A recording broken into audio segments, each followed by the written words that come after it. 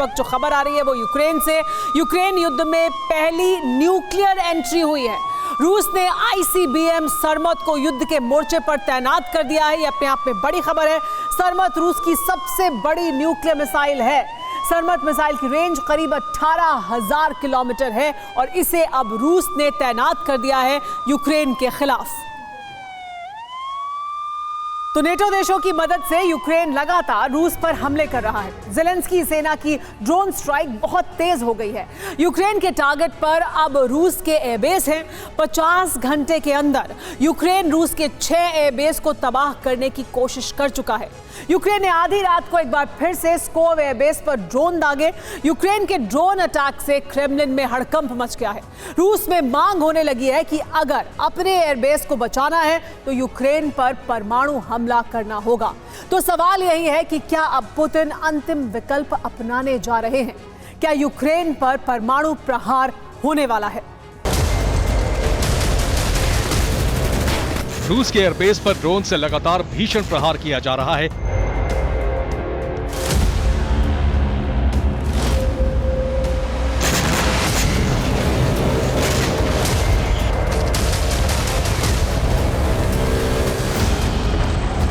Ukraine पिछले 50 घंटे में रूस के 6 एयरबेस को टारगेट कर चुका है। यूक्रेनी सेना हर दिन रूसी एयरबेस पर ड्रोन दाग रही है।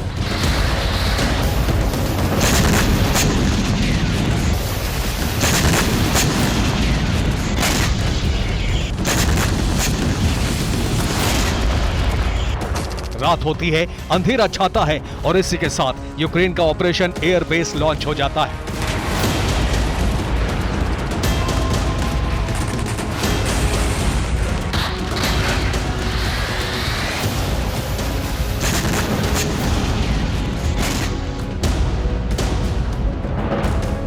क्रेमलिन एटमी हमला कर यूक्रेन को खत्म करने की धमकी लगातार दे रहा है, लेकिन यूक्रेन को इससे कोई फर्क नहीं पड़ रहा। हर बीते दिन के साथ यूक्रेन के हमले तेज होते जा रहे हैं। यूक्रेन के टारगेट पर रूसी सेना के इस वक्त एयरबेस हैं।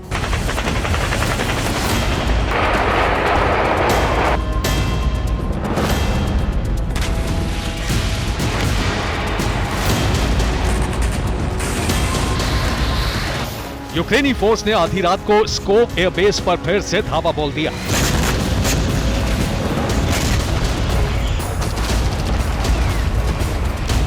स्कोव के आसमान में एक के बाद एक कई ड्रोन पहुंचे, लेकिन इस बार यूक्रेन को कामयाबी नहीं मिल सकी।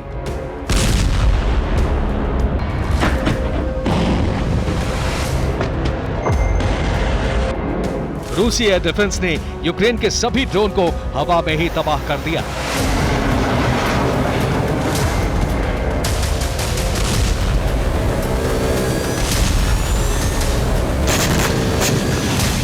चलते हुए ड्रोन का मलबा नीचे गिरा तो पेस्कोव में आग लग गई। आसमान बारूदी धुएं से भर गया।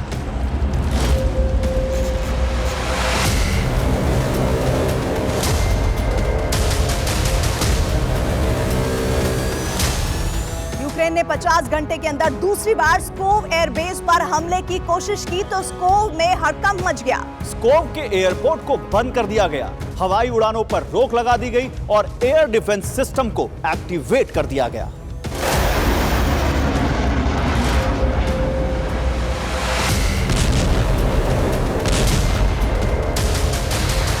यूक्रेन ने उसी स्कोव एयरबेस को फिर से तबाह करने की कोशिश की, जहां उसने बुधवार को बड़ा विनाश किया था।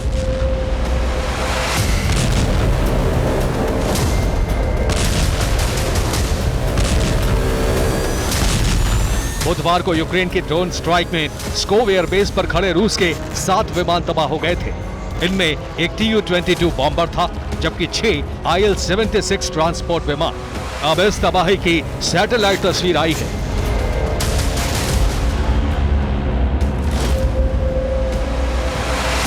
पेस्कोव पर यूक्रेन ने कुछ इस तरह से हमला किया था। ड्रोन अटैक के साथ ही 3 जगहों पर धुएं का गुबार उठा।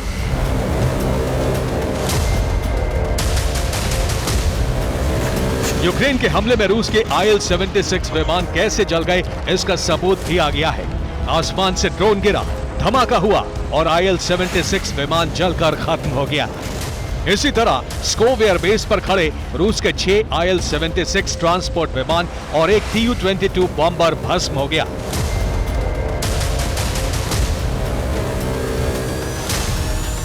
सिर्फ स्कोव ही नहीं बल्कि यूक्रेन 50 घंटे में रूस के 6 एयरबेस पर हमला करने की कोशिश कर चुका है।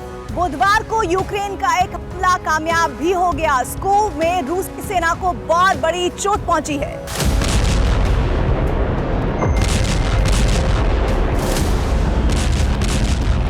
स्कोव में यूक्रेन ने पहला हमला 30 अगस्त की रात में किया।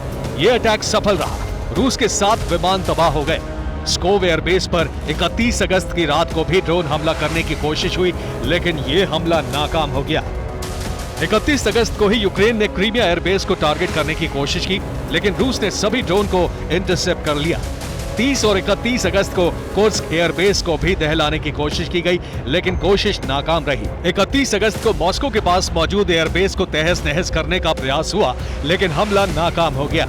यानी इस वक्त यूक्रेन के टारगेट पर रूस के 6 एयरबेस हैं। पिछले 50 घंटे से यूक्रेन इन्हीं को तबाह करने की कोशिश कर रहा है।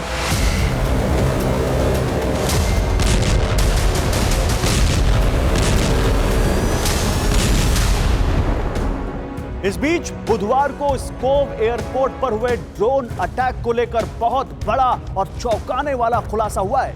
बीबीसी की रिपोर्ट के मुताबिक इस हमले के पीछे नेटो का बड़ा हाथ है। पश्चिमी देशों के सपोर्ट से ही यूक्रेन बड़े विध्वंसक हमले कर रहा है। ये वही हमला है जिसने वर्ल्ड वॉर का ट्रिगर दबा दिया है। पुतिन एटमी वॉर शुरू कर सकते हैं क्योंकि स्कोव एयरबेस पर उसे बहुत बड़ा नुकसान पहुंचा है।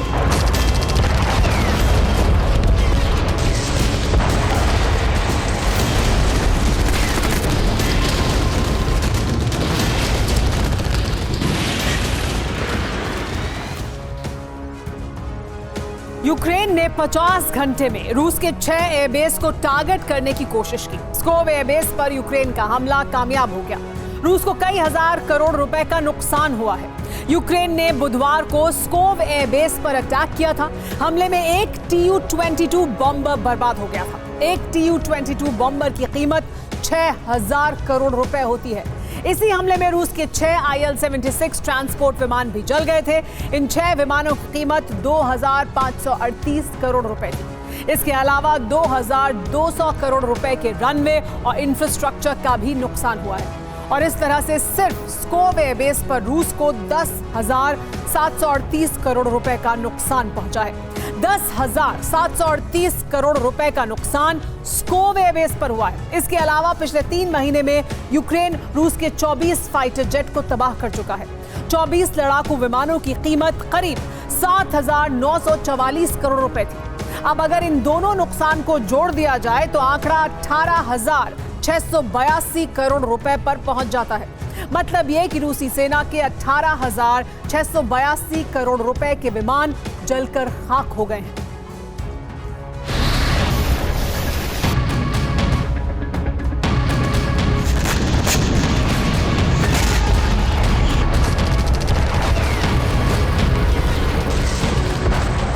रूस में यूक्रेन के ड्रोन अटैक में बहुत तेजी आ गई है।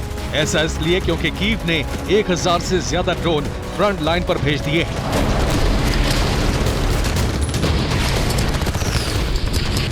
यूक्रेनी फोर्स इन्हीं ड्रोन से रूसी एयरबेस को टारगेट कर रही है।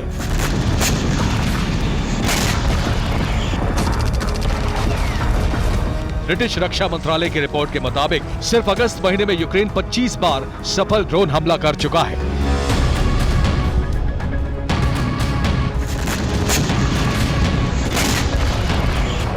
सवाल यह है कि आखिर यूक्रेन के टारगेट पर रूस के एयरबेस क्यों हैं? यूक्रेनी फोर्स बार बार रूसी एयरबेस पर अटैक क्यों कर रही है?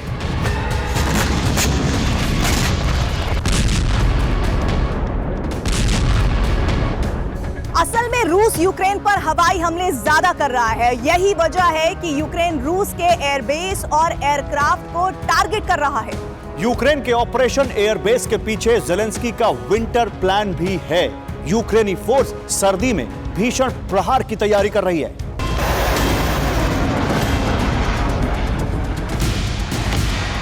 दरअसल सर्दी में युद्ध के मैदान बर्फ में बदल जाएंगे, जमीन पर युद्ध करना मुश्किल हो जाएगा, पैदल सेना हमले नहीं कर पाएगी। उस वक्त सिर्फ एयर अटैक का ही रास्ता बचेगा। रूसी सेना हवाई हमले के मामले में यूक्रेन पर बहुत भारी पड़ेगी। यही वजह है कि यूक्रेन ड्रोन विस्फोट कर रूसी एयरफोर्स को कमजोर कर रही है।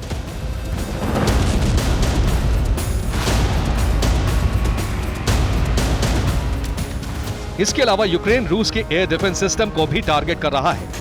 यूक्रेन के ऑपरेशन एयरबेस से क्रेमलिन दहशत में है, क्योंकि यूक्रेन रूस के स्ट्रैटेजिक बॉम्बर्स को तबाह कर रहा है।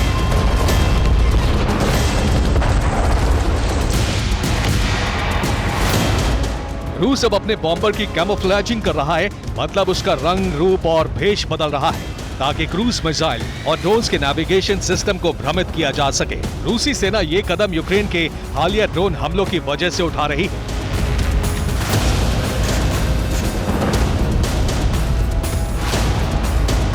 उधर क्रेमलिन यूक्रेन के ड्रोन अटैक से बहुत भड़का हुआ है। रूस ने विश्व विनाश की नई धमकी दे दी है।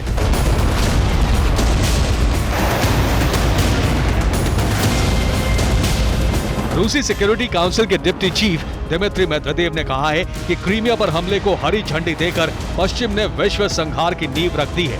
तो रूसी जर्नलिस्ट व्लादिमीर सोलोव्योव ने यूक्रेन के साथ साथ नेटो पर तत्काल प्रभाव से एटमी हमला करने की मांग की है।